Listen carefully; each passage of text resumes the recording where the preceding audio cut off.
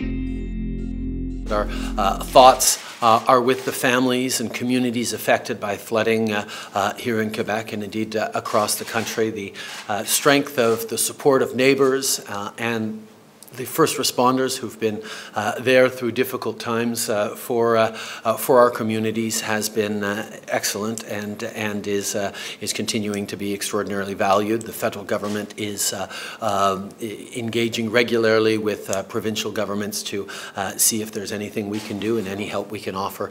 We are more than willing to do it.